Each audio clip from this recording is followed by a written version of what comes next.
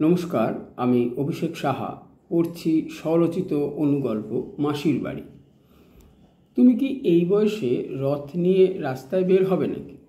ঘর মুছতে মুছতে লাভলিকে কথাগুলো বলল সোহাগী। তুই নিজের কাজ কর না মাসি, কেন আমাকে ডিস্টার্ব করছিস? আমার এখন অনেক কাজ। এই তিনতলা রথটাকে ফুল দিয়ে সুন্দর করে সাজাতে হবে, তারপর শ্রী জগন্নাথ, বলরাম আর সুভদ্রাকে বসাতে হবে, ওনাদের সাজাতে হবে, তারপর আলোর ব্যবস্থা, প্রসাদ সব। তুই একটু চুপ কর।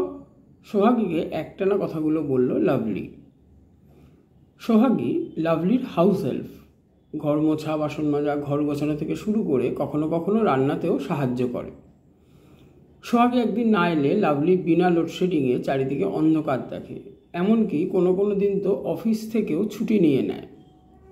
লাভলির বয়স মধ্য 30, বছর 10 আগে বিয়ে হয়েছিল।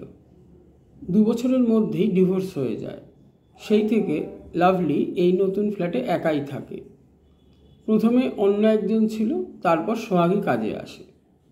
কোনো এক অজ্ঞাত কারণে প্রথম দিন থেকেই লাভলি সোহাগীকে মাসি বলে ডাকে, যদিও সোহাগীর এখনও 2 বছর বাকি 30 ছুঁতে। নিজের কাজে পাশের ঘরে চলে যায় সোহাগী। মনে মনে ভাবে, বড়লোকদের কত নাটক। বাড়িতে কোনো বাচ্চা নেই, তাও একটা 3তলা রথ কিনে এনে সাজাতে বসেছে। আর আমার অবস্থা দেখো, বাড়িতে 8 বছরের একটা মাত্র মেয়ে বুলটি নতুন রথের জন্য বায়না করছিল। ইচ্ছে তো আছে, কিন্তু দেব কী করে? বাজারে জিনিসপত্রের দামে আগুন, ছুঁলেই ছ্যাঁকা লাগে। মেয়েকে বলেছি বাবা কাজ থেকে ফিরে পুরনো রথটাকেই পেরেক ঠুকে ঠিক করে দেবে, ওটাই চালাবি। শুনেই তো মেয়ে মুখ হাঁড়ি করে বসে আছে। এখানে আসার সময় একটাও কথা বলেনি। আরে ও সোহাগী মাসি, কোথায় গেলি? একবার আয় তো, দেখ না সাজানো ঠিক আছে নাকি আর কিছু করব। লাভলি গলা চড়িয়ে ডাকে সোহাগীকে। সোহাগী পাশের ঘর থেকে ছুটে আসে।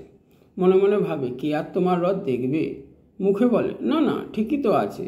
তা তুমি কখন রথ নিয়ে বের হবে? লাভলি রথ সাজাতে সাজাতে মজা ঢালা গলায় বলে, এই বুদ্ধি নিয়ে তুই সংসার করিস? আমি রথ চালাতে যাব কেন?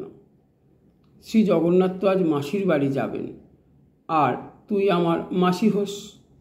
বাড়ি গিয়ে বুলটিকে বলিস বিকেলবেলা এসে যেন রথটা নিয়ে যায়, সব সময়ের জন্য। নমস্কার।